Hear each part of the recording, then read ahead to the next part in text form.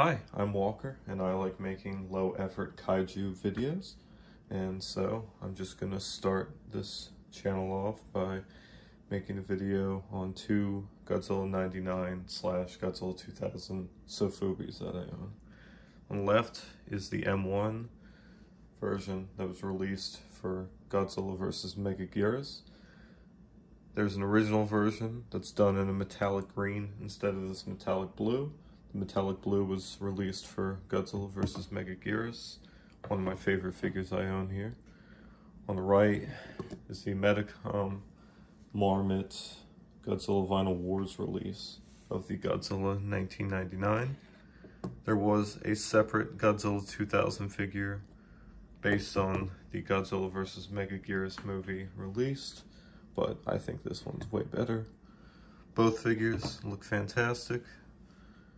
The Godzilla 99, Godzilla 2000 suit is one of my favorite suits, and these two figures encapsulate some of the best quirks of the suit.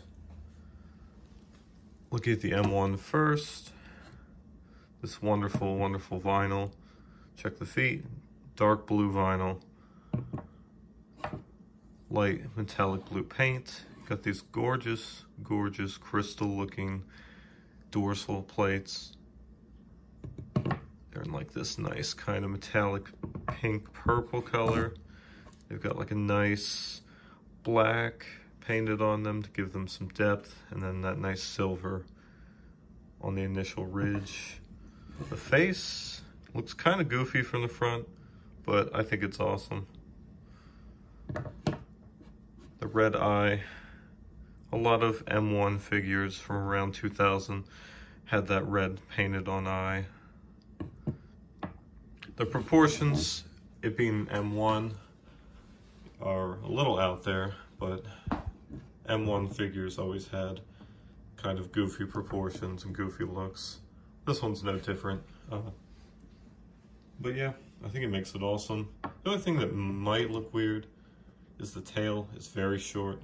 You know, Godzilla 2000 had a pretty long tail, and it wasn't that nubby at the end, but for shelf space, I mean, it helps out a lot.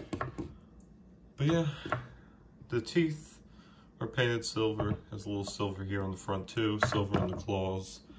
And then the feet, they don't exactly have the Godzilla 2000 foot shape right, but, you know, it's just a toy. Yeah, this figure's awesome.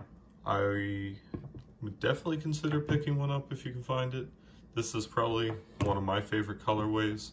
The original release, that subs metallic green for this metallic blue, looks really cool. You know, maybe if I find one for a bargain, I'll pick it up. But yeah, really happy to have this guy in my collection. So here's the Marmit Godzilla 2000. This is the release for Godzilla Vinyl Wars, so it's a re-release by Medicom, so it was easier to get here in the States. That doesn't bother me though. It's still an awesome figure. This one is in a black vinyl. The reason why I always pick it up and check the feet, because that's never painted. You can always tell what color vinyl that the figure was cast in by looking at the underside usually. So, black vinyl, you can see, it's a little hard to see up here, but you can see on the legs and tail, that metallic green, and then all this purple. Purple's my favorite color, so this figure was a no-brainer to get. And I mean, the sculpt is incredible. I mean, the textures, like the osteoderms on his skin, are just incredible. I mean, the amount of detail that Marmit put in this figure, it's incredible. The eyes are painted beautifully. It has like the big ears that the Godzilla 99 suit had. The dorsal spines on this guy, they're a little more textured and a little less cartoony than the M1.